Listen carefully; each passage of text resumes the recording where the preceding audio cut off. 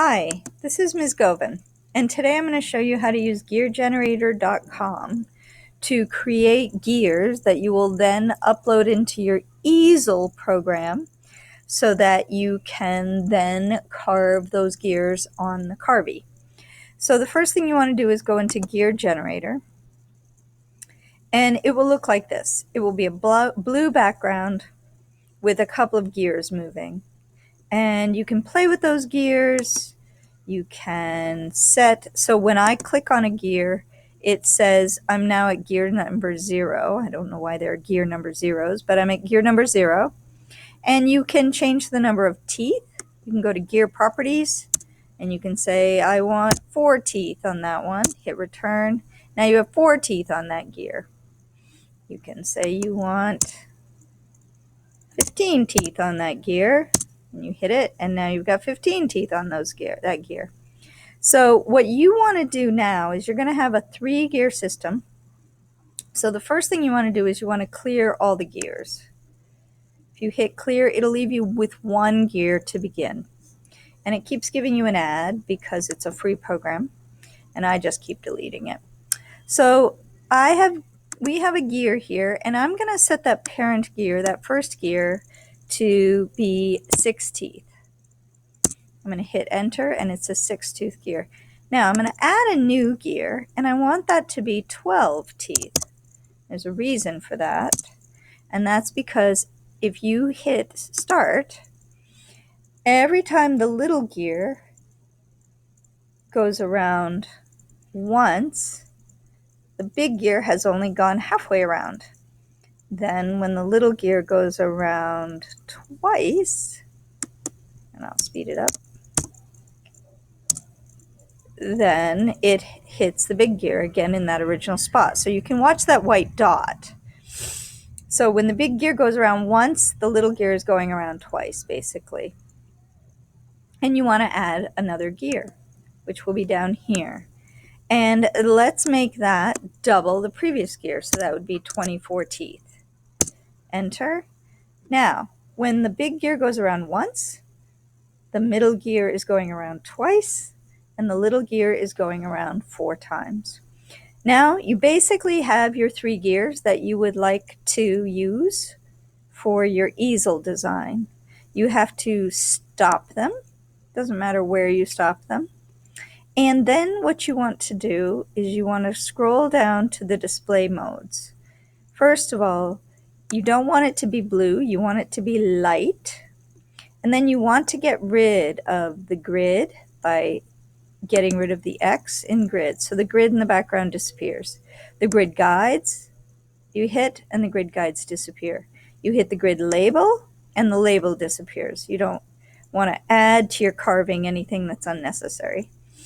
So that's what you've got. And then the next thing you want to do is you want to get this as an image. There are download capacities, but that doesn't work for us because the Carvey doesn't use any of these types of files, but it does use an PGN or an image file.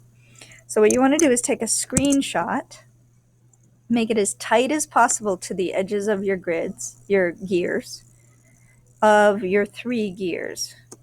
When your screenshot is done, you can then go into your Easel program, and you want to import an image. You upload a file and you select it. Now when you've taken a screenshot, it should go into your downloads. And this one is the one I just did. Upload. And now when you first bring it in, it's not going to be very visible. So you want to lower, it's the other way around. You want to raise the threshold. If you raise it too high, everything's all black. You want to raise it to the point where everything is white. That's perfect right there. So at 57, you want to import that. And now you have 3 gears ready to cut, but there's a few things you need to do first. You want to increase the size of that file, but first you have to go to before you do that, you want to zoom in just so that you can really see it. Scroll over. There's some things you want to get rid of. First of all, every one of them has a little dot. That dot is really going to mess you up if it gets cut. So you want to go to that dot and go edit, cut. You want to go to the next dot, edit, cut, and the third dot, edit, cut. Now those dots are gone and your gears are good. If you move it right now without grouping it, you will lose the center point. So you want to select all and you want to combine it. Now you can move the whole thing or expand the whole thing and everything goes with it. I would like to move it up a little if I can.